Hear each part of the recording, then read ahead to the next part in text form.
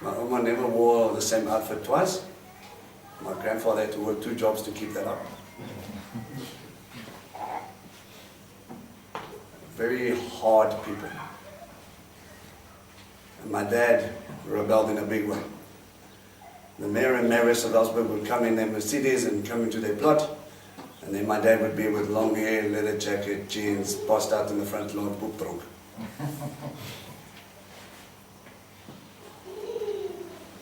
He struck a whole bunch of bastards. And it's all about you, and you were never there for me. And when we started to get of age, when we got to 16, his father cut off all like real physical contact, right? You're a man now.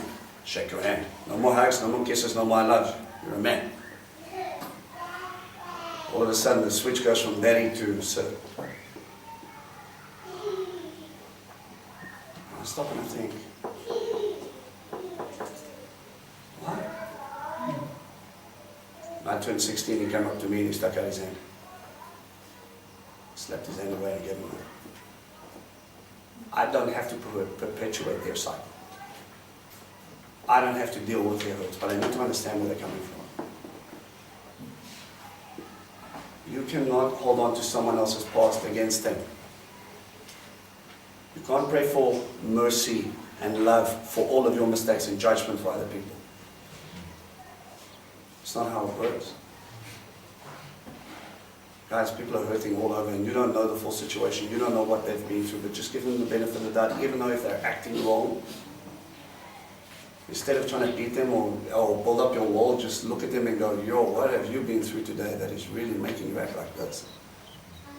And you have people that have built through a lifetime of hurt, that have never had love, that have never found acceptance, that have been hurt one too many times, and you just had to be that one pinnacle at the top. And that just pushed them over the edge, and they can't trust anybody now. Because you didn't buy them a cold drink when you said you would. And you're thinking it's about the cold drink, and it's not. It's about something so much deeper. It's about some hurt that they've had exposed, and their life has been one turmoil piece after the other. Stop and consider for a second that the person standing in front of you is not superhuman. Stop and consider the fact that they're also broken and they're also struggling. You can come in here, you can put on your churchy face or your synagogue face or whatever you want to call it, and you go home and you cry. Seloto. That's not life. You need to let go of the people that have hurt you. You don't have to be them. You don't have to take their problems. You don't have to take their gunk. God called you to be you. And Hasatan is using everything to hold you back, because he knows once you start living fully for me, you will live and you will kick down walls and you will save people. I'm sorry you've been hurt. Abba cries with you. When his children don't act the way they should, and I'm talking about all of creation here, I'm not just talking about those that have chosen him. I've made you to be so much more. Why do you want to choose to be that?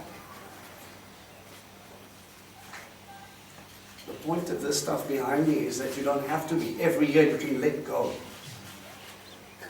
Every year take stock and let go. You're better than that.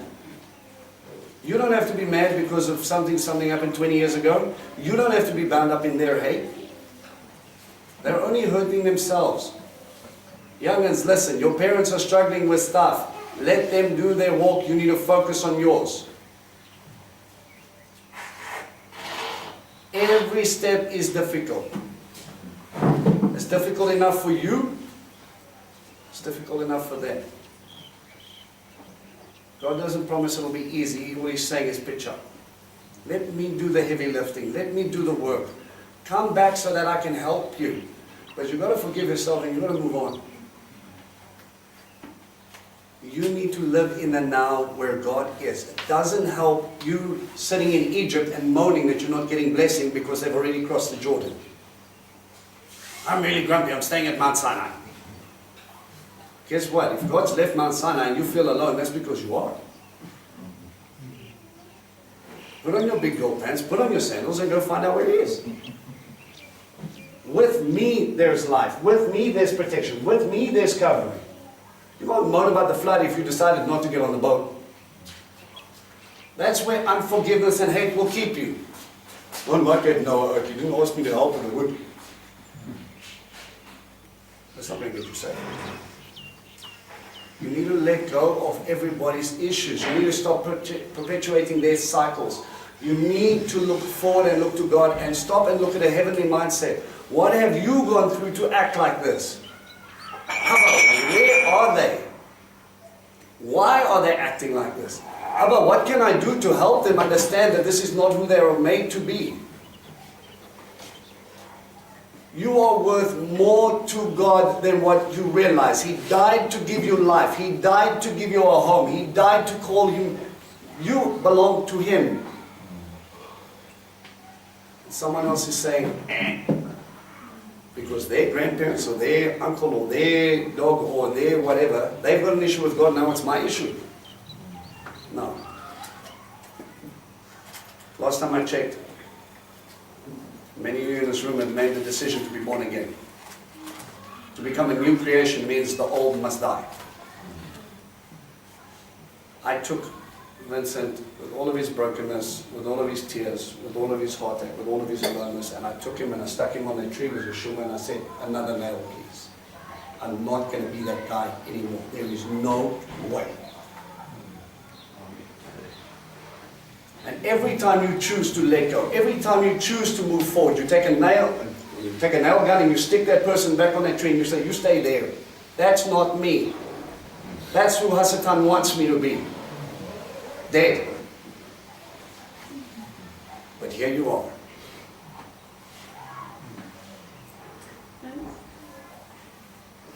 We've been with you for many years now. Oh, it's not many. But we've been coming here for a long time. In the beginning as well, I had that problem with a friend of mine.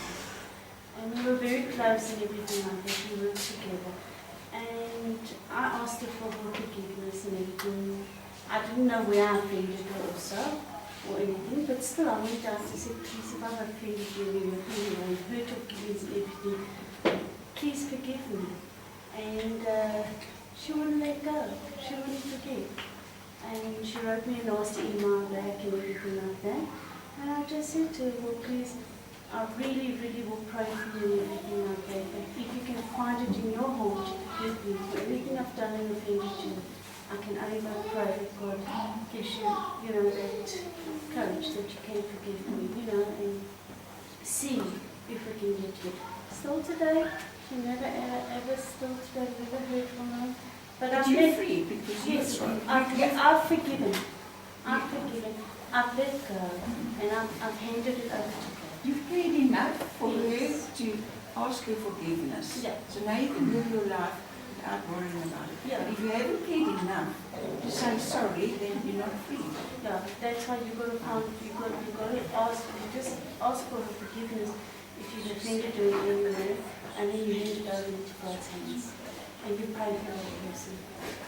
You pray every day. Even still today, I still go down on my knees, even though she might still have that in her heart. I still pray for her every day. Because, I've got to live. It's just difficult when it's in families, Families, It's not Mm. Yeah, I know, I'm just saying. How many of you people have had to struggle with family issues? I've been. Everybody in the room. Yeah. Everybody's going to go through it. Listen, guys, people in family cut deeper. But if you can survive getting hurt by family, if someone else tells you you're worthless, you're nothing, you're useless, their opinion matters less because your family probably said worse. Right? It's like all it does is cement your feet in why you're here. Hasatan uses whatever he possibly can to get you off track. Don't let him. You're worth more. All right. Prayer time is every time.